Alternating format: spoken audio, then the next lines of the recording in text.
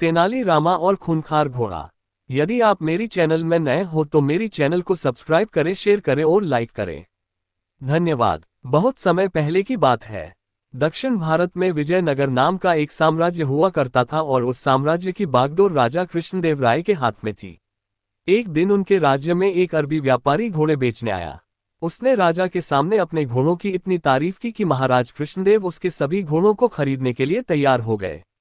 राजा ने व्यापारी की बातों में आकर सारे घोड़े खरीद तो लिए, लेकिन उनके सामने अब एक बड़ी मुश्किल खड़ी हो गई। मुश्किल ये थी कि सभी घोड़ों को रखा कहाँ जाए। दरअसल घोड़ों की संख्या इतनी ज्यादा थी कि राजा का घुड़साल उन सभी घोड़ों को रखने के लिए बहुत छोटा था। इस समस्या से निपटने के लिए राजा ने एक उपाय निकाला और सभी दरबारियों के साथ पूरी प्रजा को हाजिर होने का आदेश दिया। राजा का आदेश मिलते ही मंत्रियों और राज दरबारियों के साथ पूरी प्रजा अपना सारा काम धाम छोड़कर राजमहल के बाहर जमा हो गई।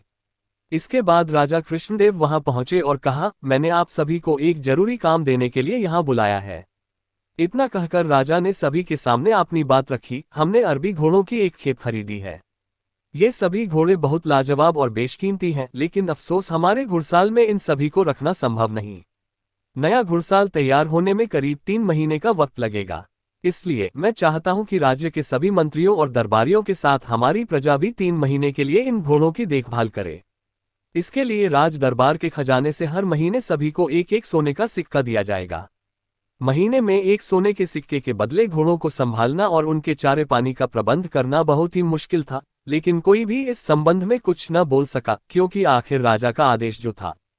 फिर क्या सभी एक एक घोड़ा लेकर अपने घर की ओर चल दिए। वहीं एक घोड़ा तेनाली राम को भी मिला। तेनाली राम बहुत ही बुद्धिमान और चतुर था।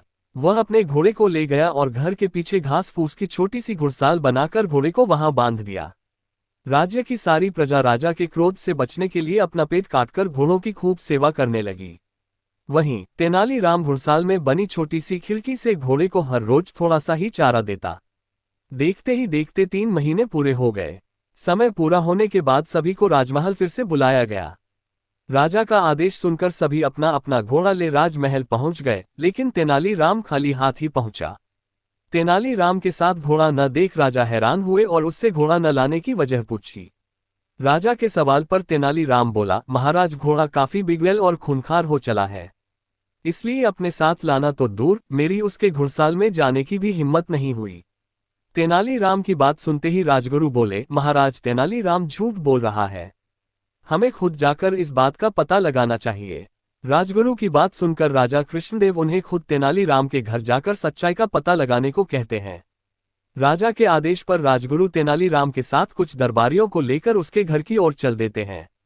तेनाली राम के घर पहुंच जैसे ही राजगुरु की नजर वहां बने घुड़साल पर पड़ी, वह बोले, मूर्ख तेनाली, इस छोटी सी कुटिया में घोड़े को रखा है और तुम इसे घुड़साल कह रहे हो। राजगुरु की बात पर तेनाली राम बोला, राजगुरु आप बहुत ही विद्वान हैं, तो आपको अधिक पता होगा।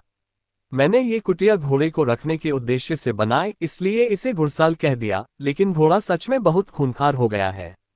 इसलिए पहले आप उसे खिड़की से झांक कर देख लें, उसके बाद ही इस कुटिया के अंदर जाएं। राजगुरु तेनाली राम की बात मानकर घोड़े को देखने के लिए घुड़साल की खिड़की के पास जैसे ही अपना चेहरा लाते हैं, भूखा घोड़ा लपक कर उनकी दाढ़ी मुंह से पकड़ लेता है। राजगुरु अपनी दाढ़ी को छुड़ाने की काफी मशक्कत करते हैं, लेकिन असफल रहते हैं। ऐसे में जब हर जतन करने के बाद भी घोड़ा राजगुरु की दाढ़ी नहीं छोड़ता, तो एक दरबारी अपनी तलवार से राजगुरु की दाढ़ी काट देता है और घोड़े से उनकी जान छूटती है। घोड़े से किसी तरह जान बचने के बाद राजगुरु साथ आए कुछ दरबारियों को घोड़े को महल ले चलने का आदेश देते हैं। तेनालीराम का घोड़ा पकड़कर राज दरबार में पेश किया जाता है। 3 महीने से घोड़े को ठीक से चारा पानी न मिलने की वजह से वह बहुत ही दुबला पतला दिख रहा था। जब राजा घोड़े की यह हालत देखते हैं तो तेनाली से इसके पीछे की वजह पूछते हैं। राजा के सवाल पर तेनाली जवाब देता है, मैंने घोड़े को हर रोज थोड़ा ही चारा दिया, जिस प्रकार आपकी प्रजा कम भोजन में गुजारा करती है। इस कारण घोड़ा कमजोर और बिगड़ैल हो गया। तेनाली राम ने कहा, राजा का धर्म प्रजा की सुरक्षा और देखभाल करना होता है, न कि उन पर अतिरिक्त बोझ डालना। घोड़ों की देखभाल करने का आदेश देकर घोड़े तो शक्तिशाली और बलवान हो गए, लेकिन उनकी देखभाल करने के चक्कर में भरपेट भोजन न कर पाने के कारण प्रजा दुर्बल हो गई। महाराज कृष्णदेव को अब तेनाली राम की बात समझ आ गई और उन्हें गलती का एहसास हुआ। उन्होंने अपनी प्रजा से इस गलती के लिए क्षमा मांगी और तेनालीराम की बुद्धिमानी के लिए उसे सम्मान के रूप में इनाम दिया। कहानी से सीख। तेनालीरामा और खूंखार घोड़ा कहानी से सीख मिलती है कि कोई भी फैसला लेने से पहले अच्छी तरह सोच विचार कर लेना चाहिए, ताकि उसके दुष्परिणाम किसी और को न भुगतने पड़े। पूरी कहानी सुनने के लिए धन्यवाद।